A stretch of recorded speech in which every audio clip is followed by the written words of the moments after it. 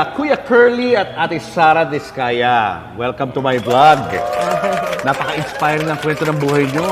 I'm sure marami may inspire sa ating kwentuhan ngayong araw na ito. O, simulan muna natin. Siyempre, nagsimula tayo, hindi naman kayo well off when you started. Yes po, opo. Talagang nagmula kami sa talagang walang-wala talaga. Siya. Kami, lalo na ako. Ngayon nga, parang nananaginip pa rin ang pakiramdam namin na parang, paano tayo nakarating sa ganitong tagumpay?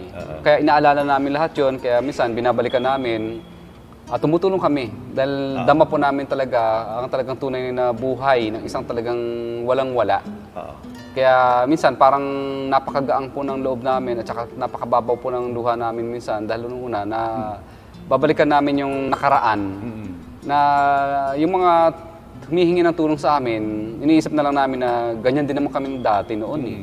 Bago kayo nagkakilala ng dalawa, gaano ka simple ang buhay mo noon?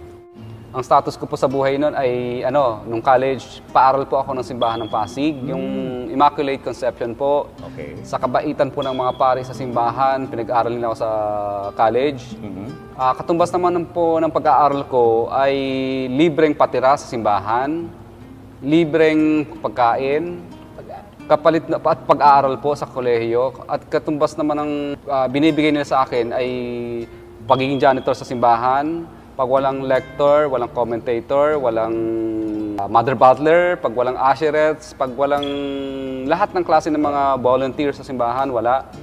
Ako po at saka yung kapatid ko ang proxies. Ako naman po, ng mga time na yun, tuwang-tuwa po ako dahil unang-una po, wala naman kami talagang bahay. For example, ako po, ng mga time po na yun, kaya tuwang-tuwa ako na pinatira din ako ng mga pare sa simbahan ng Pasig.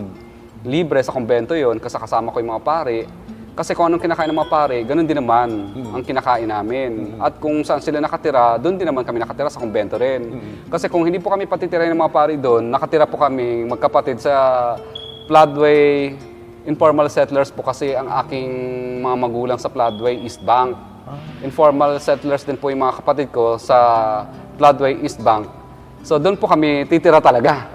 Oho. At minsan, parang medyo maganda-ganda naman yung tirahan namin kasi wala nga kami matirahang na maayos. Minsan nakikitira kami sa tiyuhin ko. Ay siya, pinahiya naman kami sa tiyuhin ko, kaya talagang no choice kundi makitira kami sa mga kapatid ko na informal settlers din po sa East Bank Floodway.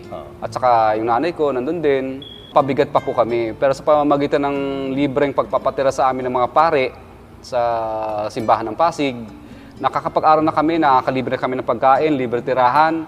At minsan, nauuwian ko pa yung mga kapatid ko sa Floodway East Bank. So kahit papaano, yung mga alay po sa simbahan, nahihingi ko sa mga pare. Kagaya ng sardinas, dilata. So nahihingi ko po yun sa mga prutas.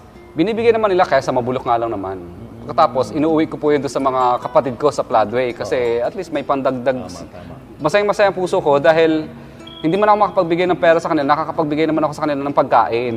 Kaya minsan, every other day, iniipon ko yung mga alay, pag tinatanong ko yung mga pare, kailangan niyo pa ba ito, Father, itong pagkain na to? Siyempre, hindi naman nila kailangan kasi sagana naman sila sa pagkain. So, hinihingi ko yun, inuwi ko sa mga kapatid ko at sa nanay ko para may pandagdag, makatikim sila ng masarap na pagkain. Opo. Ikaw naman, Sara.